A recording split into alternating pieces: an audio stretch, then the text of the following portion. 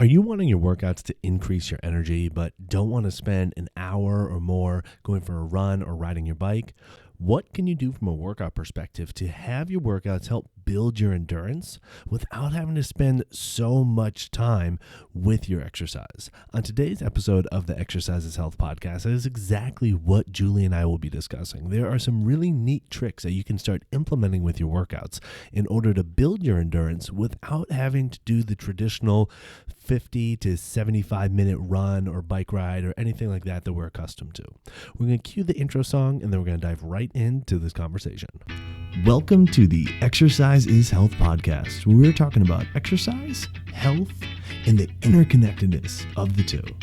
We are your hosts, Charlie and Julie, and we will be coming to you every single week from our studio, Muscle Activation Schaumburg. Hey, what's going on, exercisers? This is Charlie. Before we dive into this week's episode, I want to let you know about a new training that's happening this week titled How to Rebuild Your Aching Body in as little as 6 weeks without changing your lifestyle. See, if you love the discussions that we have every single week on the Exercise is Health podcast, but you want more of the practical application, the details of how to take the information and apply it to your workouts, then you need to be on this training. All you have to do to get registered for free is go to secrets.exerciseforlifemethod.com. But space is limited, so make sure to get registered ASAP. Now, without further ado, let's dive into this week's episode. Hey, welcome back, exercisers, to the Exercise is Health podcast. We are your hosts, Charlie and Julie, and we're coming to you from our studio, Muscle Activation Schaumburg, here in Schaumburg, Illinois, where we believe that your health is your most valuable asset, and the single best thing that you can do to both boost and protect this asset is exercise. Specifically, exercise is geared towards building the health and function of your muscles. Now, so many of you exercisers have taken the time to leave us a rating and review on Apple Podcasts, and it means the world to us when you do that, because it tells others that, hey, this show, it's worth listening to. So if you feel that way, we would love if you took the time out of your day to leave us a rating and review as well. On that note, we do want to read you a rating and review that we recently received on Apple Podcasts. We just got a 5-star review titled Exercise Learner, and it says, Charlie and Julie really articulate the best way to exercise. Exercise has always been important to me, but as someone who is currently in the process of losing weight, this episode was particularly important. And quote unquote, this episode is referring to the episode that we did a few weeks back all about weight loss and how to use exercise in your weight loss journey. Thank you so much for that 5-star review. We absolutely love hearing from our community of exercisers, aka you guys. So if you wouldn't mind taking a few minutes to leave us a rating and review on Apple Podcasts, it means way more than you even realize. Now, this week, we're talking about this idea of using your workouts to build your endurance or build your energy. You know, one thing that we see happen a lot with exercise is that it can actually be very depleting for our body, even though we want it to build our energy, even though we want to feel like, okay, yeah, I'm energized after that workout and everything like that. So the question that we're answering this week is, all right, well, if you want your workouts to build your energy, but you're feeling like, I'm just short on time. Like, I don't want to go for that hour-long run. I don't want to do the 45-minute cycle class in order to try to, build my endurance in the very traditional ways. How can you go about structuring your workouts, and what should you be doing with your workouts in order to help you build your endurance without your workouts taking over your schedule? Absolutely, Charlie. And this is such a good topic, especially for us that aren't athletes. I think usually we think about doing the intense long workouts when we're training for an athletic event, I'm doing a 5K or I'm doing a triathlon or, a biking event or something. But how can we apply this idea of building endurance when we are the community of exercisers where we're using exercise to build the health and function of our body? And do we even need to be doing what we traditionally think of as quote unquote endurance? I think that what we really have to go back to is what principles and properties do we want to build into our conditioning of our body? Because it is true, what we expose our body to, our bodies get used to or can like build conditioning for. So like if you've never run and then you go and run for the first time, it's probably going to feel a little bit more difficult than it feels for the person that runs every day. Or if you've never done crunches before, then probably the first time you do crunches or another resistance training exercise, then it will probably feel a little bit more tough than the person that does it every single week. So I think we really need to step back and figure out, well, what do we actually want to pull from these quote unquote endurance type workouts that will benefit our health and that will help us live the life we're trying to live? Yeah, absolutely. And then once we figure out that, we need to discuss, okay, well, how is endurance actually built? Like a lot of times when we think of, doing these more aerobic exercise, we think, oh, well, that just helps your cells produce more energy and stuff. And, one of the primary ways that happens is through something called your mitochondria. And so we need to actually take a step back and look at, okay, well, what is going to build these energy producers of the cells? Like, is it only reserved to doing this long, steady state cardio, or are there other ways of exercise that could help you build that? And then once we then figure that out, then we can start diving into like, okay, these are some recommendations that you can implement with your workouts, and we've given you all the reasons why leading up to that. Absolutely. I do want to start with like a little bit of like a myth bust here, because I hear this a lot. And I think it's kind of common to think. So this is how I usually hear it. When a client comes in, let's say they've been training with me for a couple years, and we get on a machine and they're like, wow, it's like really, really hard today. I thought I would be getting better at this machine by now. We've done it, once a month for the last 5 years. And I always have to remind my client, like, hey, you're here for our bodies to be challenged. So yes, you've been doing this same exercise for the last 5 years, but when your body tells us that it's getting too easy, I keep increasing the intensity, whether we change that intensity by time, like we're doing the set longer, or we change the weight, or we're changing your pace, or we're adding in isometrics. However, we're changing intensity. So just because you've been doing an exercise for a long time doesn't mean that you're not building strength in that area, or you're not building endurance in that area. You could apply this same idea in some kind of traditional type exercise that we would qualify as endurance. For example, if you run for 30 minutes, which is a decent amount of time, and you run for 30 minutes often, you shouldn't expect that, after a year, that 30 minutes is just flat out easy. So exercise is designed to be challenging to your body. So if exercise after 5 years of doing exercise or 1 year after doing exercise still feels challenging to you, it doesn't mean that you're not building your endurance or not building your strength. And I think that's a perception that I think logically we get, like, well, yeah, of course we have to keep exercise challenging your body. But in the application of it, and I get this from the comments from my clients, that it's kind of confusing. Like, shouldn't this be easy by now? Or shouldn't an hour-long run be easy by now? I've been doing it for a long time. So if you're doing these exercises for strength or endurance, whatever, remember, exercise is designed to be challenging. So you can be building your endurance and your endurance workouts still be challenging. You could be building your balance and your balance workouts are still challenging. You could be building your strength and your strength workouts are still challenging. That's actually how they're supposed to be. Yeah, it's kind of like doing arithmetic in a sense, where if you think about, like, okay, your additions and your subtractions, and you're like, okay, well, 1 + 1 = 2, and 2 + 2 = 4, and 3 + 3 = 6. And you can go through and, you can mentally do this. You can do this mental math for, the smaller numbers and, do the arithmetic right in your head. And you think, well, of course I can do that. I've been doing it for years, so it's relatively seamless and relatively easy, right? Exercise doesn't really work that way. Meaning, like, if exercise ever gets to the point where it's easy, then that's a sign that it's really not improving your health. Because at a very fundamental level, your exercise has to be challenging your body in order to see the health benefits of doing the exercise. So if you're going through and you're finding that your workouts are easy, that should be a red flag coming up saying, oh, I actually need to change this, okay? So if all you ever did was math that was super easy for you, well, yeah, all the math would feel really easy, but guess what? You wouldn't actually get any better at doing any other kinds of math because you're just doing the easy stuff, right? You have to have some stuff in there that challenges you, and then that's how you grow and develop and learn. The same thing is with your exercise, all right? So when you get to the point where it's like, oh yeah, this exercise feels really easy, then it's like, okay, in what ways can we make it more challenging? Okay. And so the reason why this is important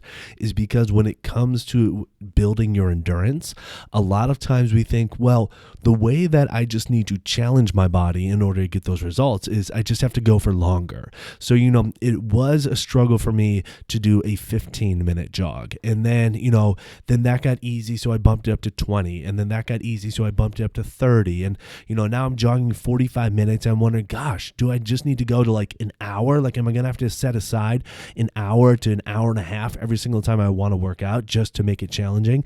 And no, you don't have to do that, because we're going to tell you how to kind of manipulate the other variables of your workout so you can still get that endurance boost without just lengthening the duration of your workout.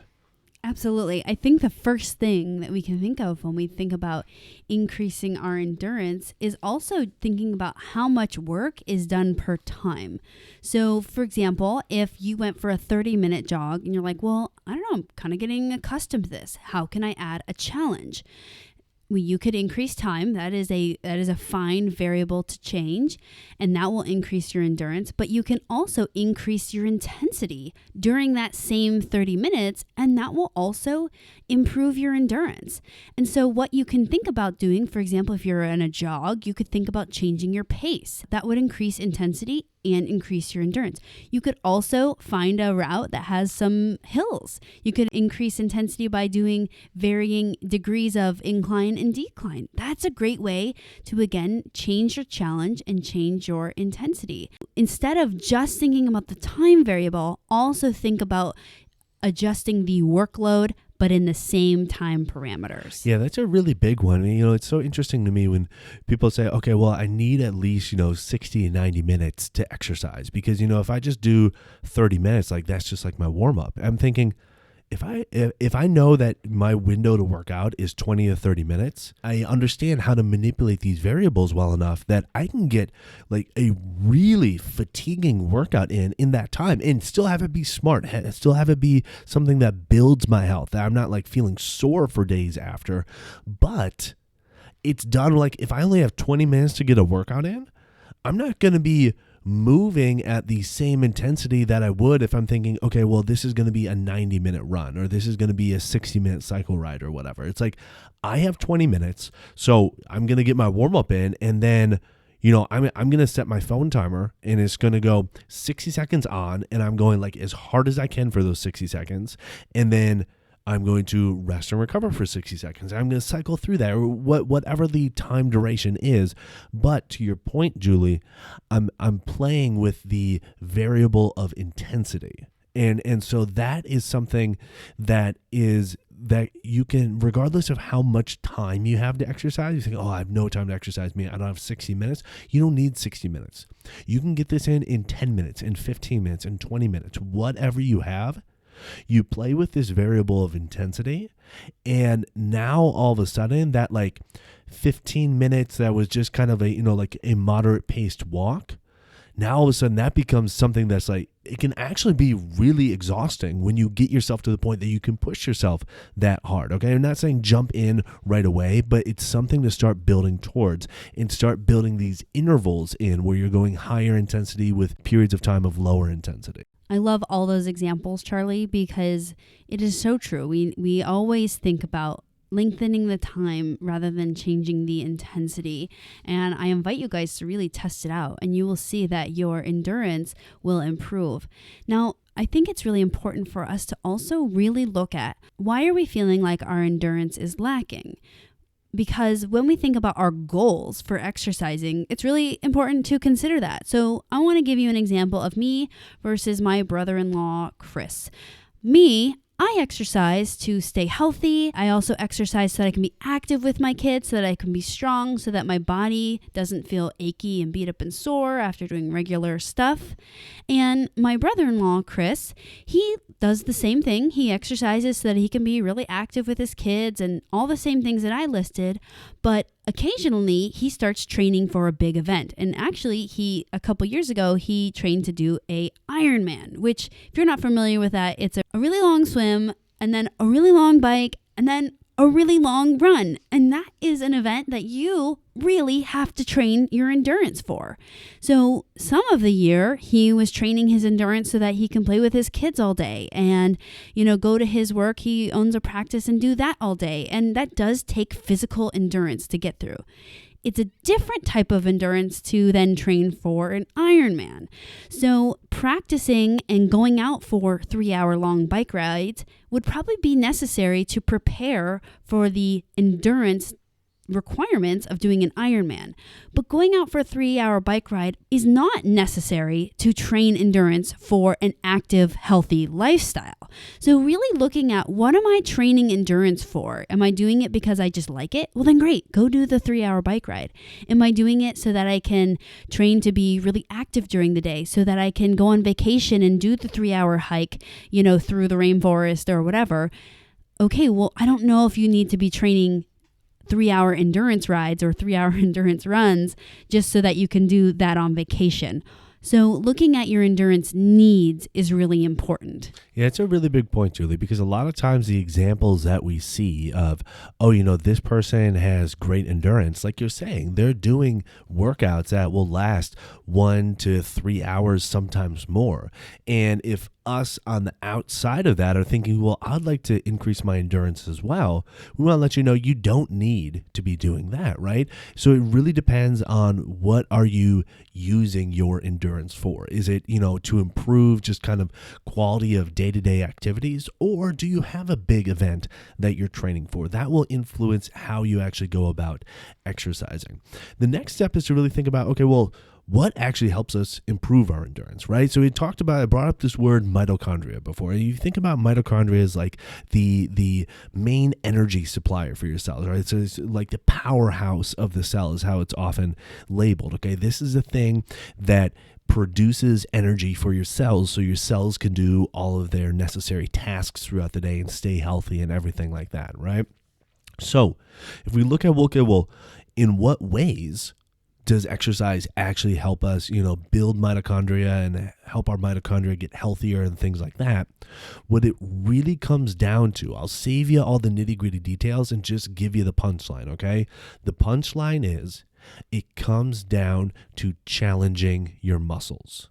All right? The more intensely you can challenge your muscles, the more frequently you can challenge your muscles, the more muscles that you can challenge with your exercise, the longer you can challenge your muscles for, the more frequently, the more intensely, everything like that, those processes happen within your body in order to build more mitochondria. All right. So if you just think about, again, this idea of, okay, well, I don't have a long period of time to exercise, or I'm not interested in exercising for a long period of time, but I know that it comes down to challenge. Well, like we were talking about earlier, then that's where you increase the intensity, right? There's a kind of duration intensity trade-off here where the longer the duration, you can get away with kind of more moderate intensity work. If you're doing a shorter duration, like 20 to 30 minutes or so, then you need to be increasing the intensity. Now, don't get me wrong. Increasing the intensity for you does not necessarily mean that it has to be an all-out sprint, because at the end of the day, it has to be appropriate for your body. Because here's the thing. If at any point your exercise starts to create damage within your body, you'll actually decrease your ability to build mitochondria, which means the entire purpose of why you're wanting to exercise in the first place is totally out the window. So it's this fine line, this balancing act of how intensely can I challenge my body? How long can I challenge it for? How frequently can I challenge it for without crossing over that threshold of starting to create damage and then losing the reason why I was wanting to exercise in the first place? Charlie, what I was just thinking was, how many times in the podcast we talk about how you have to respect your body, you have to do the appropriate amount. I feel like those comments stick out like a sore thumb versus when we talk about challenging your body. And the reason I was thinking that was because a lot of fitness professionals, a lot of workout podcasts, a lot of exercise studios talk about pushing yourself and going hard and blah, blah, blah. And one big reason why we're very unique is that we talk about the parameter of the respecting your body and making it appropriate. And so I think sometimes when we hear that, the place that we've applied that in the past was things like therapy or easy, light workouts. And I just wanted to say that because I think we probably say them equally. You got to challenge and you got to be respectful, but the respectful and appropriate part is weird, so it kind of sticks out, and the challenge part kind of blends in. So I just wanted to highlight that because it is so important that you are challenging your body when you exercise. And you need to do it appropriately and in a way that respects your body. Because as soon as you challenge your body without respecting your body, without making it appropriate, then things like what Charlie just said will happen, is that you actually decrease your ability for your body to adapt and gain these results that we're actually looking for. So it's like we got to push ourselves with these parameters. So when we're thinking about this, saying, okay, I'm trying to increase my endurance, I got to increase these things called mitochondria that Charlie brought up. Maybe you're like, yeah, I'm all on board. Or maybe you're like, I don't really know what mitochondria means. But bottom line is that you have to be challenging your muscles. So let's say it's a weight training day. You need to be challenging your muscles appropriately so that you are getting the most amount of stimulus to the muscles. Let's say it's a cardio day. You need to be challenging your body and your muscles appropriately. So staying below the line of soreness, but it's almost like you want to be to the line, like almost to the line, but not there. So because you really want to be pushing yourself again with those parameters. So when we're thinking about increasing endurance, we want to be thinking about increasing the workload that my muscles can handle. How do I do that? I do that by regularly challenging them. And again, this challenge can be applied to a cardio type workout or weight training type workout. Absolutely. So kind of getting to the application of this all right? So we understand why we're wanting to increase endurance. We understand like how this actually happens within our body. Now, what do we need to do from a workout perspective in order for this to happen? Well, we talked about varying intensities and doing intervals and stuff like that, and that's awesome. But what if you actually don't want to do cardio at all? Is it possible to actually increase your endurance without doing cardio? And the answer is yes. Okay. You don't have to do the long steady state cardio in order to increase endurance. You also don't have to do like the really high intensity cardio in order to increase endurance, because resistance training can help you increase your endurance based on how you structure your workout. And so there's a couple things to think about. Number one is exactly what we just talked about. This idea of your resistance training needs to be challenging for your muscles. So that means that you need to be like fatiguing your muscles in order to kind of rebuild the mitochondria. The mitochondria don't know whether or not they are trying to produce more energy in response to you doing cardio or whether they're trying to produce more energy in response to you doing resistance training, okay? What they know is, oh my gosh, there's an increased demand for, me and my colleagues, so we need to replicate ourselves and we need to build more of us so we can continue to produce more energy. It's not stressful for all of us. That's what your body knows, right?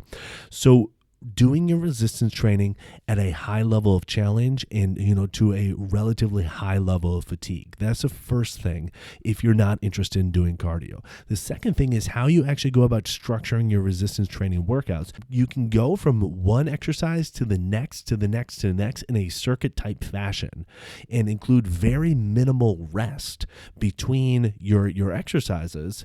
And this will give you a cardio type response. Okay.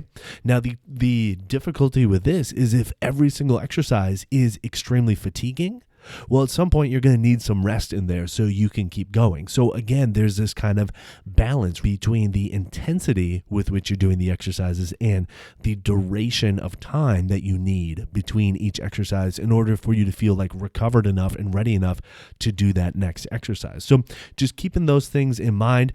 If you are wanting to include more rest in your resistance training, then you need to make sure that you're pushing to a higher level of fatigue, or you can go to a little bit lower level of fatigue, but kind of combine all your exercises together. So you're doing an upper body, then a core, then a lower body exercise, and kind of cycling through in a circuit type fashion. And then that can get you a cardiovascular type response as well. Absolutely, Charlie. So figuring out how can you manipulate your workouts so that they are challenging your muscles to a large amount and appropriately challenging so that you are getting this big benefit of endurance improvement, but also you'll be getting cool stuff like strength improvement. They kind of go together. I think we often think that they are exclusive to each other because we usually see like, oh, well, the bodybuilder is really strong and the endurance runner is, just endurance runner, and they look completely different. But when we're exercising for life and exercising for our health, we can incorporate them because we're not really training for an event. We're not training for, athletics and things like that. So really manipulating your workouts to create this big challenge. And as Charlie said, there is like an intensity time trade-off, meaning the shorter you do something, the more intense you can do it. You can also look at it and look at things that you know about your body. For example, if you feel like, when I lift weights that I perceive to be really heavy, I don't have confidence that I will make the right choices and I always end up sore or throwing out my back or whatever. So you might have the trade-off of, hey, I do like a medium weight, but I do a little bit longer so that I still get to that fatigue. Because remember, as Charlie was saying, muscles don't know like, oh, I just did 1 billion reps or I did 5 reps. It knows the fatigue and the challenge and the stimulus that it received. So if you have to do 20 controlled medium weight reps to get to that fatigue, or if you could do 5 and you could do a heavier weight, then your muscles will still get that amount of stimulus that you're looking for. So you can play with that intensity time trade-off. Just make sure that you're challenging yourself appropriately and not damaging your muscles, not getting those micro tears after you work out. Because again, that's a sign that your body will actually struggle more to recover and struggle more to build those mitochondria. So one term that's come up quite a bit throughout this episode is the idea of appropriateness, okay? And how do you exercise appropriately for your body? That's maybe what you're wondering right now. Well, actually, I put together a completely free training that you can register for called the Exercise for Life Secrets Training. And as the title would imply, this training teaches you these secrets to exercising for life. There are 3 things you need to know. There are 3 secrets that I'm going to be sharing that will help you exercise for life. So if you would like to join me on this training, all you have to do to get registered is go to secrets.exerciseforlifemethod.com. Like I said, it's completely free. You can go sign up and there will be a new one starting soon. So make sure to head there now and get registered to save your spot on the Exercise for Life Secrets training. So who do you know that needs to hear this episode? Who do you know that is interested in having their workouts help kind of build their endurance or build their energy, but they're not interested in doing a 45 to 90 minute workout? Share this episode with them so they can learn about what they can do with their workouts to not only have their workouts help build their energy, but do so in a way that helps build the health of their body. And while you're online, head on over to Apple Podcasts and leave us a rating and review. It helps people find this episode when they're looking for information on exercise and when they're looking for information on health. So if you found value in this conversation today, let us know by leaving us that 5-star rating and review. Well, thanks so much for tuning in. We always appreciate it. Have a fantastic week, and we'll talk with you all next week. So what'd you think about that episode? Did you find the information useful? If you enjoyed what we discussed during today's episode of the Exercise is Health podcast, then you are going to love what I'm going to be presenting during my new training, How to Rebuild Your Aching Body in as little as 6 weeks without changing your lifestyle. It's happening this week, and you can get registered for free by going to secrets.exerciseforlifemethod.com. But space is limited, so you need to head there now. secrets.exerciseforlifemethod.com, and I can't wait to see you there.